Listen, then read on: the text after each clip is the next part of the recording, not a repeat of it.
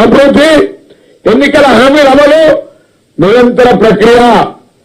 ఒకవేళ ఏం మాట్లాడుతారని ఇళ్ల నిర్మాణం జరగదు, అప్లికేషన్ల ప్రక్రియ కొనసాగుతా ఉంది. ఇల్లు నిర్మిస్తాం, క్యాల్కులేషన్ బోర్డులో ప్రతి ఒక్కరికి ఇళ్ల నిర్మాణాలకు ఇస్తాం. మేము డబల్ బెడ్రూమ్ లెక్క అల్లుడ తేడా అనుకుంటారు, కోళ్ళేడ కమ్ముతారు, మేకలేడ కట్టేస్తారు అంటలే. 5 లక్షలతో ఇల్లు ఇస్తాం.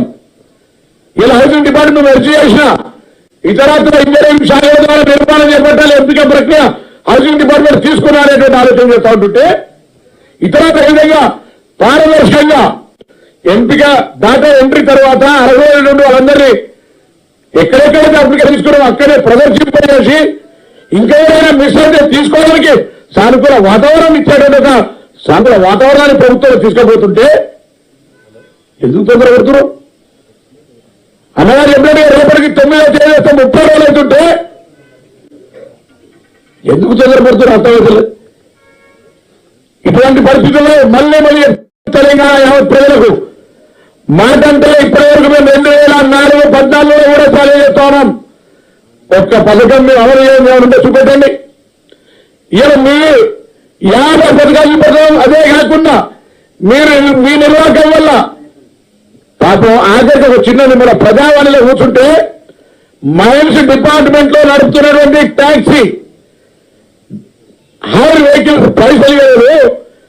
ఆ డైరెక్టర్ మైన్స్ కాత్యాయని గారికి ఫోన్ చేస్తే, సార్ 2 సంవత్సరాల నుంచి పైసలు ఇస్తున్నారు వీళ్ళని చెప్తాను, స్ట్రైక్ చేస్తామంటారు. రోజు తింటే కష్టపడితేనే తినే బతుకున్నట్టు వాళ్ళ పైసలు వేల టోకన్లు కోట్ల రూపాయలు అప్పుడుండి, అది ఒక ఇరిగేషనే కాదు, చిన్న వాళ్ళకు కోట్ల రూపాయలు అప్పుండి ఈ రాష్ట్ర ప్రతిభను మంట ఒక గౌరవ మంట కలిపిన మీరు ఎలా కాంగ్రెస్ పార్టీని విమర్శ చేస్తే ఎట్లా?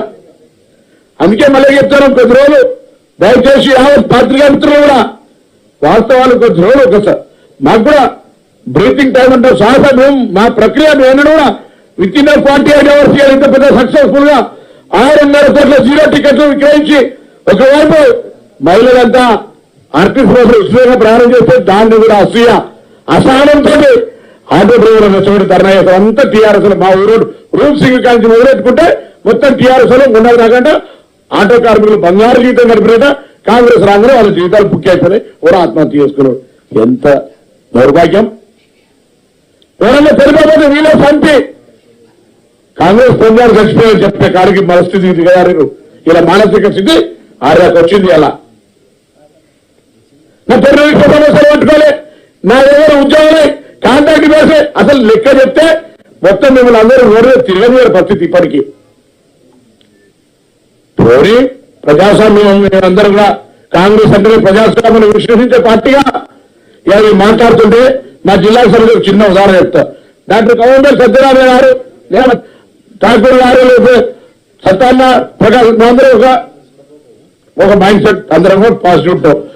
31 డిసెంబర్ నాడు మా ఇద్దరికి రాఖీ కట్టిన జిల్లా మహిళా కాంగ్రెస్ సోదరి దానికి సంబంధించి కూడా ట్రోల్ చేసి టీఆర్ఎస్ ఏజెన్సీలో దాని ఒక ఇప్పటికి కూడా ఏడుస్తుంది, పాపం జరుగుతుంది కంపెనీలకు ఒక లేడీని అవమానపరిచి.